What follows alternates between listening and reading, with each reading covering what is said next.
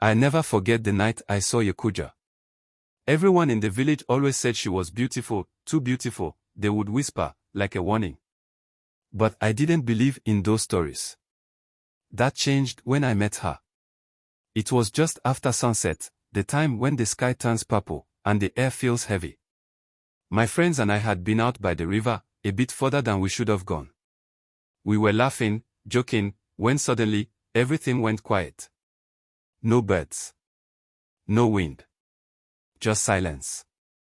That's when I saw her. Ya Kuja. She was standing on the other side of the river, dressed in white. She didn't move, but it felt like she was looking right at me, through me. Her skin was glowing in a way that wasn't normal. I thought maybe it was the moon, but no, there was no moon that night. One of my friends whispered, "We need to go. Now." But I couldn't move. My legs felt like they were stuck to the ground. The way she stood, the way her eyes seemed to pull me in, I couldn't look away. Then she smiled. It wasn't a normal smile. It was wide, too wide, like her mouth was stretching beyond what was possible. That's when I heard it, the sound of footsteps. But they weren't coming from her. They were behind me, all around me. My heart was pounding, but when I turned to look, there was no one. Just the sound of footsteps, closing in. The others started running. They didn't wait for me. I wanted to run too, but my body wouldn't listen. I felt something cold brush against my back, like a hand, but when I spun around, no one was there. Then she started walking toward me. Slowly, like she had all the time in the world. Her eyes locked onto mine, and I knew I had to leave. I don't know how, but somehow, I broke free and ran faster than I ever had. I didn't stop until I was back home, gasping for breath. No one talks about Ya Kuja out loud anymore. But I know what I saw.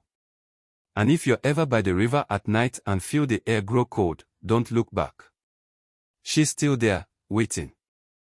I stayed in my room for days after that night. I didn't tell anyone what happened, not even my family. They wouldn't believe me, or worse, they'd think I was cursed.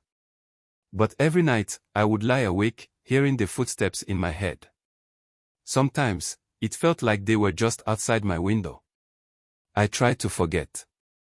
To push it down, act like nothing had happened. But then, 2 weeks later, something did. A boy from the next village went missing. No one had seen him since the evening he went to fetch water by the same river. My heart sank. I knew it was her, Ya Kuja. They searched for days, but he never came back. They only found his empty bucket floating by the riverbank. After that, I didn't go near the river anymore. None of us did. But the stories didn't stop. More people went missing, always by the water, always at night. People started saying Ya Kuja was taking them, just like in the old stories. She was lonely, they whispered, jealous of anyone who was happy, anyone who dared to love. I still couldn't talk about what I saw. Not until the night my little sister came home crying. She had gone to the river alone, just for a minute, she said, but she had seen her too. A woman in white, standing in the water, staring. That was when I knew. Ya Kuja wasn't going to stop. She was getting closer. I told my sister never to go near the river again. I wanted to protect her. But I was too late. A few nights later, I woke up to the sound of footsteps in the house. They were soft, barely there, but I knew. It was the same sound I'd heard at the river. I jumped out of bed and rushed to my sister's room, but she was already gone. The window was open, curtains blowing in the breeze. I ran outside, heart pounding, calling her name, but the night was silent. No footsteps, no wind. Just silence. I never saw my sister again. Now, I don't sleep much. I sit by the window, watching, listening. I don't know why she let me go that night. But I know she's still out there.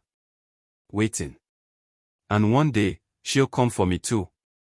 If you ever hear the stories about Ya Kuja, don't laugh them off. Stay away from the river. And whatever you do, Never look back.